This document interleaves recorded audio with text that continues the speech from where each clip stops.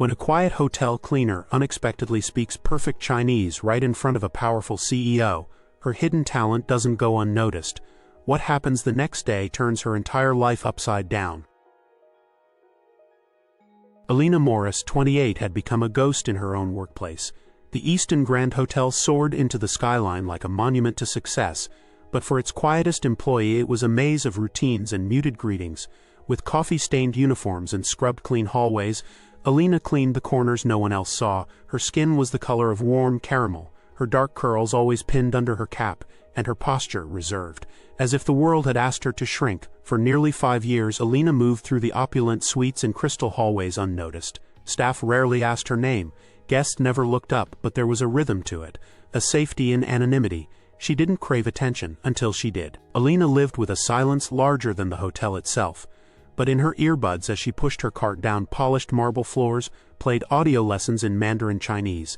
This was her ritual, unknown to all but one person, the graveyard shift security guard named Maurice, whose lazy drawl often teased, "You'll be speaking better than the diplomats one day, girl." He wasn't far off. Alina had a secret, one born of grief, loyalty, and a voice that refused to be silenced. After her mother passed, Alina found the Mandarin textbook while clearing out a shoebox of memories. Its pages were faded, ink smudged from age and a few tears. Her mother had always dreamed of seeing the Great Wall, sipping tea in Hangzhou, and walking the lantern-lit streets of Chengdu. But life and bills kept her grounded in their small apartment above a laundromat. Alina remembered that night vividly. Alone in their tiny living room, she lit a candle and opened the book. Her mother's handwritten notes still clung to the margins. Practice tones every day. Never give up. We can go one day. She never did. But Alina made a vow that night. She would honor that dream. Mandarin wouldn't be just a language, it would be her tribute. She spent the next 3 years devouring everything she could. Apps, YouTube videos, Mandarin dramas, voice chats with language partners in Beijing. It was her private world, one she kept separate from her job pushing carts and cleaning floors.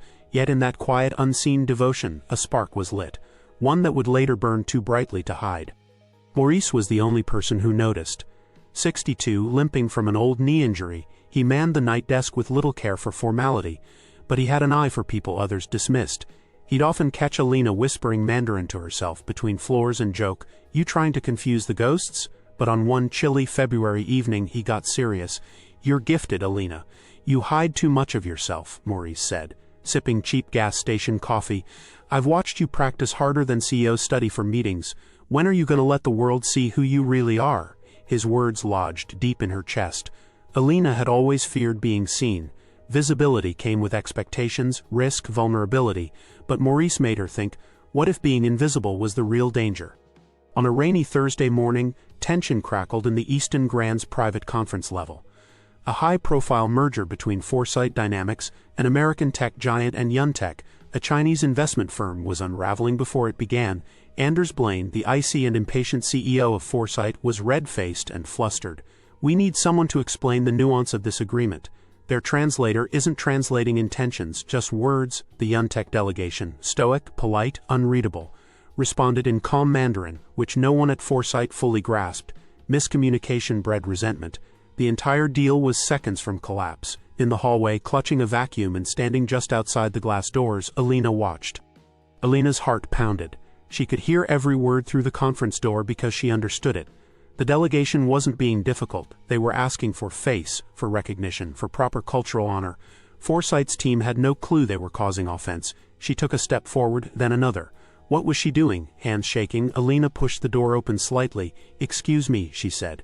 Every head turned. The room froze. Silence thickened. Her uniform, her badge, her mop, it all screamed, "You don't belong here," but her voice, soft yet firm, spoke in flawless Mandarin. "They are asking for a ceremonial greeting to show mutual respect. It's not in the contract, it's in the culture." Gasps, stares, and then, a moment later, applause. The room remained suspended in disbelief. Anders Blaine narrowed his eyes. "Who are you?" Alina's cheeks flushed, but she stood her ground. "I'm Alina Morris. I work in housekeeping." The CEO blinked. "And you speak Mandarin?" "Fluently," she replied. "I've studied for years. I understand both the language and the cultural nuances." No one moved for several seconds, until Mr. Zhao, Yuntech's lead negotiator, stood up, adjusted his cufflinks, and gave her a deep nod. Finally, someone listens. Alina translated his words with perfect cadence, every tone carefully delivered. The room shifted, the temperature dropped, tension dissolved. Within minutes, Alina had facilitated a respectful exchange between two worlds. She recommended a simple symbolic gesture to reset the conversation, offering tea as a sign of goodwill. Anders grumbled but complied. The Chinese executives, visibly pleased, smiled for the first time that day. As Alina finished interpreting a small anecdote about Confucian business values, Anders leaned toward her and muttered, "Where the hell have you been hiding?" She smiled softly. In plain sight. That day she didn't just become seen, she became essential. Hours later, as the merger began to take a new, promising shape, Alina sat in the back of the room, quietly sipping tea with trembling hands.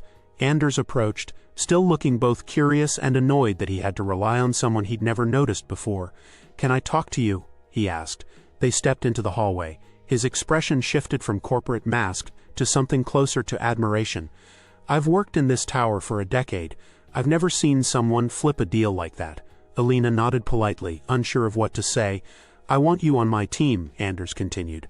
"Not just as a translator. I need someone who understands culture, diplomacy, and who clearly knows how to keep a deal alive." Her eyes widened.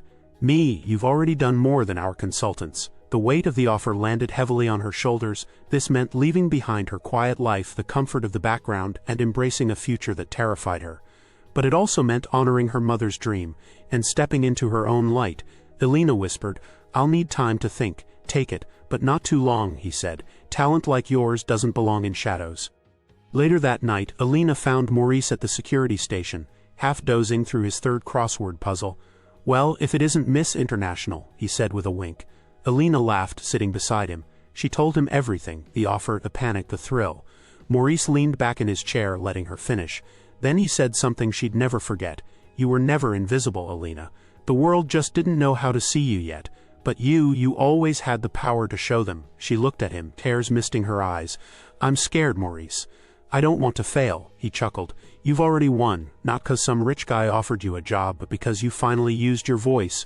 In that quiet moment, beneath the buzzing fluorescence of the night shift, Alina made a decision. She would no longer shrink herself to make others comfortable. She would be seen, fully. The elevator ride to the executive floor felt like ascending into another planet. Gone were the janitor carts and laundry bins.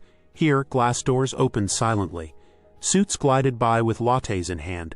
The air even smelled different, like polished leather and urgency. Alina wore a simple navy blazer, slacks, and a silver pin Maurice had given her as a good luck charm. She felt like an imposter.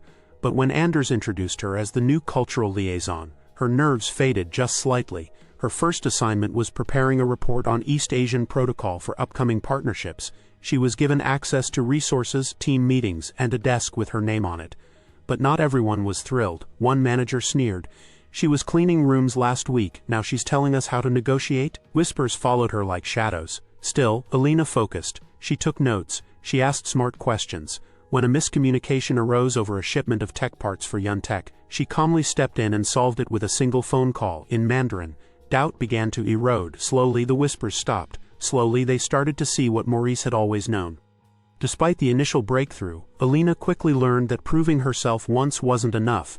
Every meeting felt like a test. Every interaction required her to validate her presence. Some colleagues were supportive, others dismissive. Anders, to his credit, gave her space and opportunity, but not leniency. "I didn't hire you to be nice," he said bluntly one afternoon. "I hired you because you saved my company. Now I expect you to keep doing it." That pressure weighed on her, but it also pushed her forward. She began taking evening business classes online to better understand global markets. She networked with multicultural teams. She reached out to Mandarin-speaking communities in Easton City for real-world perspective. More than once she questioned if she'd made a mistake. But then she'd remember her mother's voice in her mind. "Go as far as your voice can carry you." And so, Alina kept speaking, louder, clearer.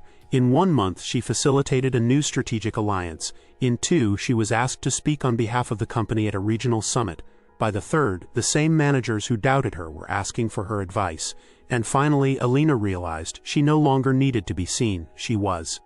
Even as Alina's accomplishments stacked up, self-doubt lurked in the quiet moments.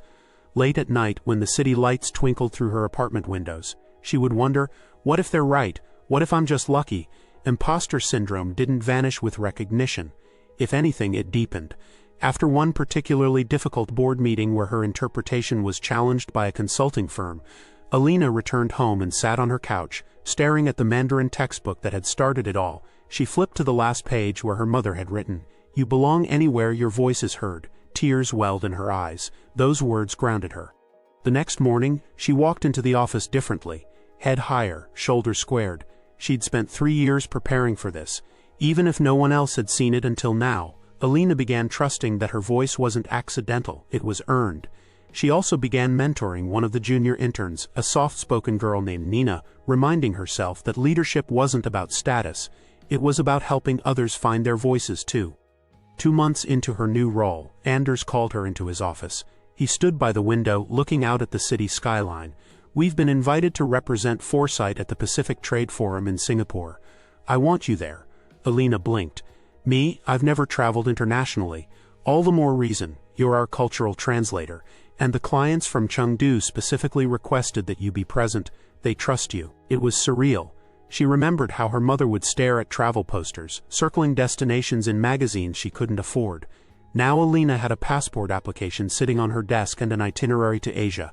"Pack a bag," Anders said. "You're heading east." Maurice beamed when she told him.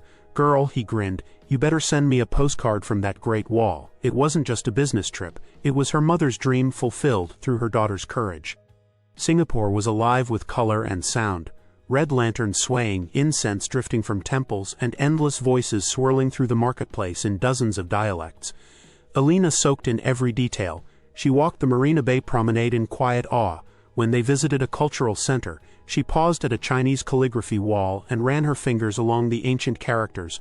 One evening, after a successful negotiation, the Chengdu delegation invited her to a traditional dinner. There, Mr. Zhao, the same man she'd interpreted for months ago, lifted a glass of rice wine. "You bridge not just language," he said warmly, "but hearts." Alina smiled, replying in Mandarin, "It is a privilege." Later that night, she sat alone on a hotel balcony, phone in hand, texting Maurice a photo of the glowing skyline. She whispered into the wind, "We made it, Mom." The trip wasn't just a professional milestone, it was a deeply personal rite of passage. She wasn't just walking her mother's dream, she was expanding it. News of Alina's role in reviving the Foresight-Yuntech partnership spread further than expected. A month after her return, she received a call from the Easton University Language Institute. "We'd be honored if you'd speak at our Global Communication Symposium," the coordinator said. "Your journey is exactly the inspiration our students need." Alina hesitated. She had never spoken publicly, not like that. But after a long pause, she said, "Yes, I'd be honored." On the day of the event, she stood before a packed auditorium. Her hands trembled as she approached the podium. But when she saw Nina in the front row, her intern, her friend, nodding with encouragement, she began. She shared her story, her grief, her secret learning, the pivotal day in the boardroom. She spoke of being invisible, and the courage it took to change that. The applause was thunderous. Afterward, a student approached her in tears. "You made me believe I could do more than what people expect of me." And in that moment, Alina realized her story didn't belong just to her, it belonged to everyone who had ever felt unseen. 6 months after the day she changed her life, Alina returned to the Easton Grand Hotel, not as a housekeeper, but as an honored guest. Maurice had arranged a surprise. The hotel staff had gathered in the employee break room, now decorated with banners and balloons that read, "Welcome home, Alina." There were hugs, laughter, and a homemade cake with a little fondant globe on top. Even the managers who once dismissed her stood with quiet smiles. Maurice gave her a silver-framed picture. It was the mop she used to push down the hallways next to her new desk nameplate. "Alina Morris, Director of Global Relations. Don't forget where you started," he said. "I never could," she replied. Walking through the same halls where she once moved like a ghost, Alina didn't feel like a different person. She felt like the same girl, only finally, gloriously seen. By now, Alina's name had appeared in industry blogs, company newsletters, and even a local magazine under the headline, "The Translator Who Saved a Merger." Though the attention felt surreal, she remained grounded. Her new role evolved rapidly. No longer just a cultural liaison, she was tasked with leading Foresight's Diversity and Global Outreach Division. The position was unprecedented, created with her in mind, and came with a team, a budget, and international responsibilities. But what moved her most wasn't the prestige, it was the mission. She started developing a mentorship program called Voices Unseen, a company-wide initiative to help overlooked employees discover and cultivate their hidden talents. Housekeepers, cafeteria staff, custodians, and clerks were now invited to participate in workshops, language lessons, and career training. Alina walked into every session with her sleeves rolled up, speaking honestly about where she came from. "This isn't charity," she'd say. "This is recognition.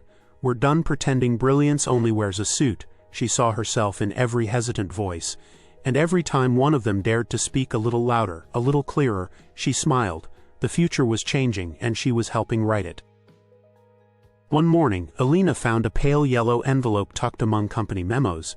There was no return address, just her name in elegant script. Inside was a handwritten letter from Mrs. Zhang, a Chinese professor who had watched her university symposium talk online. "You remind me of my daughter," it read. "She too felt she had to stay quiet in order to survive. Watching you stand with confidence gave me hope that the world is learning to listen to those it used to ignore." The letter closed with a simple phrase in Mandarin. "Ni shi dang ta. You are a lighthouse."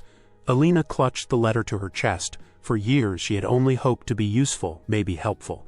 Now someone was calling her a beacon. That afternoon she printed the letter and pinned it above her desk. The note reminded her. This journey wasn't just hers anymore. She was carrying others with her, lighting paths for those still wandering in the dark.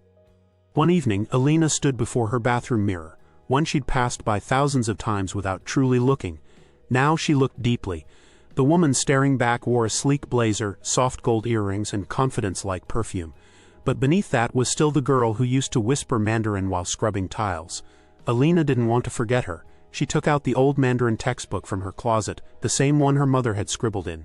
She ran her fingers over the faded notes, then reached for a pen. On the final page she wrote her own message. "To whoever finds this, you are seen, you are enough. Keep going."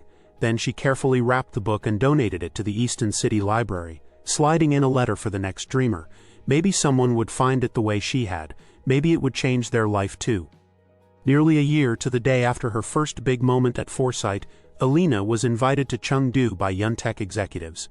This time, not just as a translator or cultural guide, but as an honored speaker at their global business symposium. Her flight landed under a full moon. As she exited the airport, lanterns bobbed along the streets and the smell of hot pot and ginger filled the air. She visited temples, walked ancient stone roads, and even stopped at a bookstore where she bought a Mandarin poetry collection to remember the moment. In a quiet garden near the Jin River, she lit a floating candle for her mother and whispered, "We made it." At the symposium, Alina stood on a stage facing hundreds of business leaders, translators, and students. She told her story. But this time, she didn't just talk about courage or opportunity. She talked about value. The value of every voice, every background, and every hidden talent tucked away in corners society ignores. The audience rose to their feet. In Chengdu, halfway across the world from where her story began, Alina wasn't just seen, she was celebrated. Back in Easton City, a new intern started at Foresight Dynamics, an aspiring interpreter named Sophia, shy and wide-eyed, not unlike Alina once was. When Sophia asked her, "How did you get here?" Alina replied with a smile, "By not staying where I started." In her office, Alina now keeps two framed photos. One is of her mother, standing in front of their old apartment, arms wide like she was ready to take flight. The second is of Alina and Maurice at the Easton Grand, him grinning, her holding her first company ID badge. She no longer doubts her worth. She no longer fears her voice. Alina Morris proved that no uniform, no job title, no social role can contain someone with the courage to speak up. Her journey is a tribute to unseen brilliance and the unstoppable force of belief. And to every quiet soul wondering if they matter, Alina's story whispers, "Yes, you do. Let the world hear you." Like stories of hidden potential and bold transformation, don't forget to subscribe for more inspiring journeys just like Alina's.